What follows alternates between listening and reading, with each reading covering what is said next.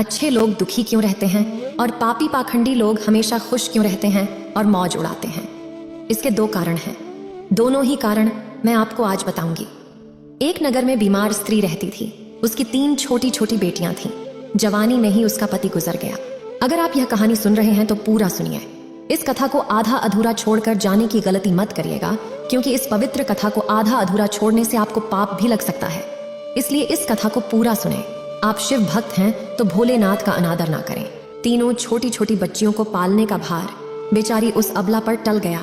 तीनों बच्चों को लेकर वह विधवा जाए तो कहां जाए, कुछ काम धाम भी नहीं कर सकती थी।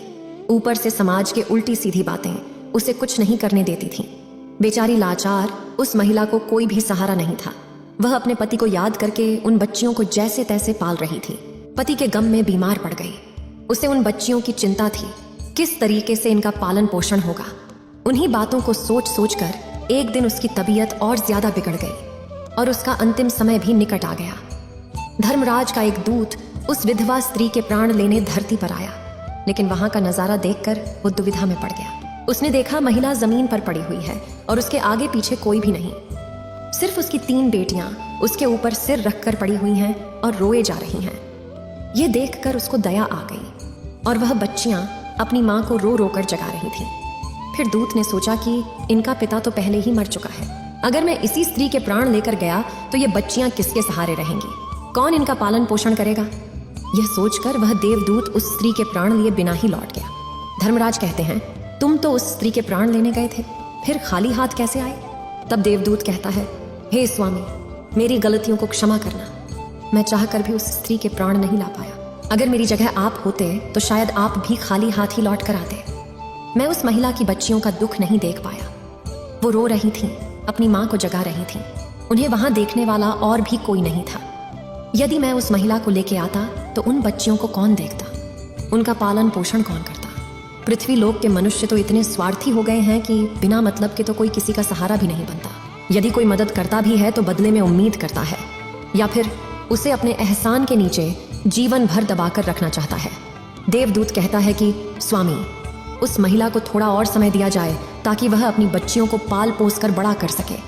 देवदूत की बात सुनकर धर्मराज उसे डांटते हुए कहे, अरे मूर्ख, ईश्वर की बनाई गई सृष्टि में न कोई एक क्षण घट सकता है और न ही कोई बराट सकता है। उसके मर्जी के बिना न उसे जीवन दे सकते हैं और न समय से पहले मार सकते हैं। ईश्वर जो करता है सबके साथ अच्छा ही करता है। तुम कौन होते हो? विधाता के नियम को बदलने वाले। तुमने उस महिला को न लाकर ईश्वर के नियमों का उल्लंघन किया है। तुमने बहुत बड़ा अपराध कर दिया है, इसलिए तुम्हें इसका परिणाम भोगना ही पड़ेगा। जिस पृथ्वी के मनुष्य से तुम्हारी ममता है, उस पृथ्वी पर मनुष्य बनकर अपना पाप भोगो। देवदूत कहता है कि हे स्वामी, धरती लोक से मेरा उद्धार कब होगा और कैसे होगा? धर्मराज कहता है, धरती पर जाकर तुम अपनी मूर्खता पर 3 बार खिल लाकर हंस लोगे, उस समय ही तुम्हारा उद्धार हो जाएगा। इतना कहकर धर्मराज ने उस देवदूत को धरती पर ढकेल दिया। वह धरती पर मनुष्य शरीर में आ चुका था। उसके शरीर पर वस्त्र नहीं थे। धरती लोक का एक नियम भी है, जो मनुष्य जन्म लेता है उस समय वह नग्न ही होता है। देवदूत ने जन्म तो नहीं लिया और वह निर्वस्त्र ही एक सड़क के किनारे पड़ा। ठंड से ठिठुर रहा था। वहां से एक मोची गुजर रहा था।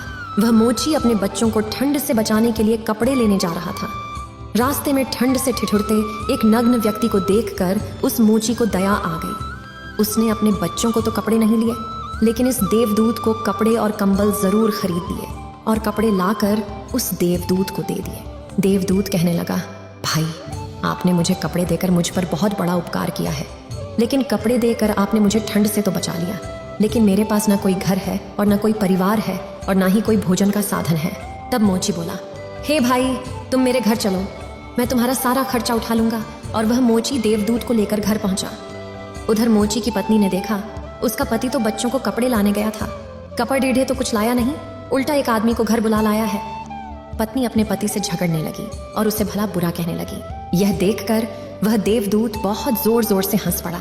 मोची पूछा, अरे भाई, तुम हंसते क्यों हो? ऐसा क्या देख लिया आपने? तब देवदूत ने कहा, भाई, मेरी हंसी का रहस्य मैं आपको नहीं बता सकता, समय आने पर मैं तुम्हें स्वयं ही बता दूंगा। देवदूत मोची के घर में रहने लगा और कुछ ही दिनों में उसने मोची का सारा काम सीख लिया। देवदूत के द्वारा बनाए गए जूते और चप्पल खूब बिक रहे थे। कुछ ही दिनों में मोची धनवान बन गया। दूर दूर तक उसके जूते फेमस हो गए थे, यहाँ तक कि राजा महाराजा भी उससे जूते बनवाने का आदेश देते थे। जब वह देवदूत उसके घर आया था, उसकी तो किस्मत ही चमक गई थी। धन की कोई भी कमी नहीं रही, सब कुछ अच्छा चलने लगा। एक दिन की बात है, राजा का एक सैनिक चमड़ा लेकर उस मोची के पास आया और बोला, देखो, हमारे महाराज इसी चाम के बने जूते पहनना चाहते हैं। यह चाम बड़ा कीमती है, तुम ठीक से इससे एक जोड़ी जूते तैयार कर दो और यह चाम खराब नहीं होना चाहिए। इस बात का विशेष ध्यान रखना कि इस चमड़े से सिर्फ जूते ही बनने चाहिए, भूल से भी इसकी चप्पल मत बना देना। राजा का सैनिक चमड़ा देकर चला गया। उधर मोची ने भी देवदूत को समझाया कि देखो, राजा वाली बात है, इसमें कोई गलती ना करना, चमड़ा भी बहुत कम है, इसलिए चमड़ा खराब नहीं होना चाहिए। जूते की वह कहकर गया है तो जूते ही बनाना, गलती से यदि चप्पल बना दी तो जटिल से भी जटिल सजा देगा। मोची के इतना समझाने के बाद भी देवदूत ने चमड़े की चप्पल ही बनाई। चप्पल देखकर मोची की सांसें फूल गईं। वह देवदूत को डांटने लगा, यहाँ तक कि डंडा लेकर उसे मारने के लिए दौड़ा, कहने लगा, अबे मूर्ख, तुझे बार बार समझाया था कि जूते ही बनाना, लेकिन तूने चप्पल बना दी। अब राजा हमें छोड़ेगा नहीं, तू भी मरेगा और साथ में मैं भी मारा जाऊंगा। वह हमारे पूरे घर को फांसी लगवा देगा। मोची को अत्यंत दुखी देखकर देवदूत एकदम से खिलखिलाकर हंसने लगा। मोची बोला, अबे मूर्ख आदमी, काम बिगाड़कर अब हंस रहा है। वो देखो, जूते लेने राजा का सैनिक आ गया और बोला, हे मोची भाई, कल जो मैं चमड़ा देकर गया था उसके जूते मत बनाना, चप्पल बना देना, क्योंकि राजा साहब का देहांत हो गया और यहाँ की प्रथा है कि मरने वाले व्यक्ति को चमड़े की चप्पल पहनाकर अर्थी पर लिटाया जाता है। दूसरे दिन एक बुढ़िया के साथ 3 लड़कियां मोची की दुकान पर आई थीं। उनकी शादी होने वाली थी और वे तीनों अपने लिए जूतों की नाप देने आई थीं। देवदूत ने तीनों लड़कियों को पहचान लिया कि ये 3 वही लड़कियां हैं, वही जिनकी माँ को न ले जाने के कारण आज मैं अपने किए की सजा भोग रहा हूँ। और ये लड़कियां काफी बड़ी हो गई हैं, लगता है अच्छे घर में पली बढ़ी मालूम पड़ रही है। बुढ़िया कहती है, हाँ बेटा, बचपन में इनकी माँ चल बसी, इसलिए इनको मैंने मेरे पास रख लिया। मेरे पास करोड़ों की दौलत है और दुर्भाग्य से मेरा कोई नहीं है, तो इनको मैंने अपने पास ही रख लिया। मैंने इनको पढ़ाया लिखाया और अब इनकी बहुत अच्छे खानदान में इनका विवाह करने जा रही हूँ। लड़कियों का भाग्य देखकर देवदूत सोचता है, परमात्मा जो करता है अच्छा ही करता है। अगर इस समय इनकी माँ नहीं मरती तो आज ये भुखमरी और दरिद्रता में ही पड़ी रहती। इनकी माँ के मरने के बाद आज तीनों लड़कियां बहुत बड़े घराने की बहू बनने जा रही हैं और इस बुढ़िया की करोड़ों की संपत्ति की मालकिन भी बन चुकी है। ये सब देखकर देवदूत अपनी पहले की मूर्खता को सोच सोच कर जोर जोर से हंसने लगा। मोची ने पूछा, आप क्यों हंस रहे हो? अपनी हंसी का कारण बताओ। देवदूत मोची से कहता है, मैं एक देवदूत हूँ और अभी जो ये तीनों लड़कियां जूते की नाप देकर गई हैं, इनकी माता को मैं लेने आया था, लेकिन उस समय ये तीनों छोटी छोटी थीं और इन पर तरस खाकर मैं इनकी माँ को नहीं ले गया और इनके पिता का पहले ही निधन हो चुका था। इस कारण मुझे धर्मराज ने श्राप देकर धरती पर भेज दिया। मैं बिना कपड़े के एक सड़क के किनारे पड़ा था, तब तुम मुझे अपने घर ले आए। उस समय तुम्हारी पत्नी तुमसे खूब लड़ी थी, क्योंकि तुमने अपने बच्चों के कपड़ों के पैसे से मेरे लिए कंबल और कपड़े खरीद लिए थे। तब मैं पहली बार तुम्हारी पत्नी की मूर्खता को देखकर खूब हंसा था, क्योंकि तुम्हारी पत्नी उस लाभ को नहीं देख पा रही थी जो मेरे आने से तुम्हारे घर में होने वाला था। और दूसरी बार हंसी मुझे जब आई, जब तुम राजा के जूते नहीं बना सके और तुम डंडा लेकर मेरे पीछे भागे।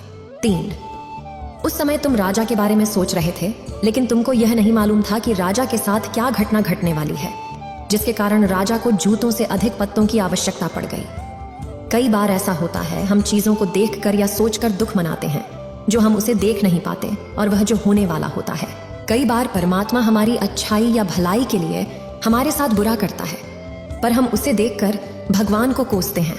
हम उस अच्छे को नहीं देख पाते जो हमारे साथ भविष्य में होने वाला है। कई बार हमारे साथ वर्तमान में अच्छा होता है तो हम बहुत खुश होते हैं, लेकिन हम यह नहीं देख पाते कि भविष्य में क्या होने वाला है। हमारे साथ 2 तरह की घटना होती है, अच्छी और बुरी, लेकिन हमें हमेशा यह सोचना चाहिए, भगवान जो करेगा अच्छा ही करेगा। यह सोचकर आगे बढ़ना चाहिए। अच्छे लोग दुखी इसलिए रहते हैं क्योंकि अच्छे लोगों के साथ बाद में अच्छा हो सके, और दूसरा कारण यह है कि अच्छे लोग हमेशा ईश्वर से जुड़े रहते हैं और इनको ईश्वर से जुड़ा रहना भी जरूरी है कि उन पर दुख आते रहना चाहिए। अंत में देवदूत मोची को सब कुछ समझाकर वापस धर्मराज के पास चला गया। इस वीडियो को बोलते समय कोई त्रुटि हो तो मैं क्षमा चाहती हूँ। उम्मीद है आप सभी को यह वीडियो अच्छी लगी होगी। अगर आप शिव के सच्चे भक्त हैं तो चैनल को सब्सक्राइब और वीडियो को लाइक करके कमेंट में हर हर महादेव लिख दीजिए।